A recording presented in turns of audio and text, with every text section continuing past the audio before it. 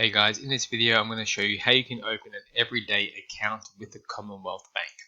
So you need to head to commbank.com.au first. Once you're on the Commbank page, this is going to be roughly what it looks like.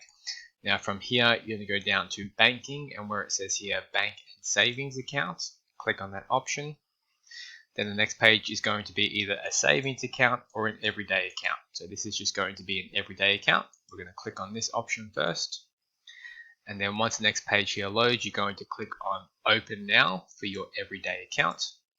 Then if you're already a Commbank customer, then obviously you don't need this, but you're going to be a new customer with Commbank. So you're going to click on Open Now. So here it says, let's open your Smart Access account. So to do this, there is going to be some qualifications that you need to pass first. So you need to be over the age of 14, living in Australia, and have some valid ID.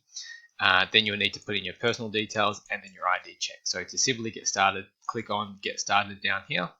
Now, obviously, if it's for yourself, you click on Just Me, or if it's for you and a partner, you can click on somebody else. But select the option that's suitable for you, follow the prompts, and then you'll be able to open your account. That is all. If you found this helpful, make sure you like and subscribe.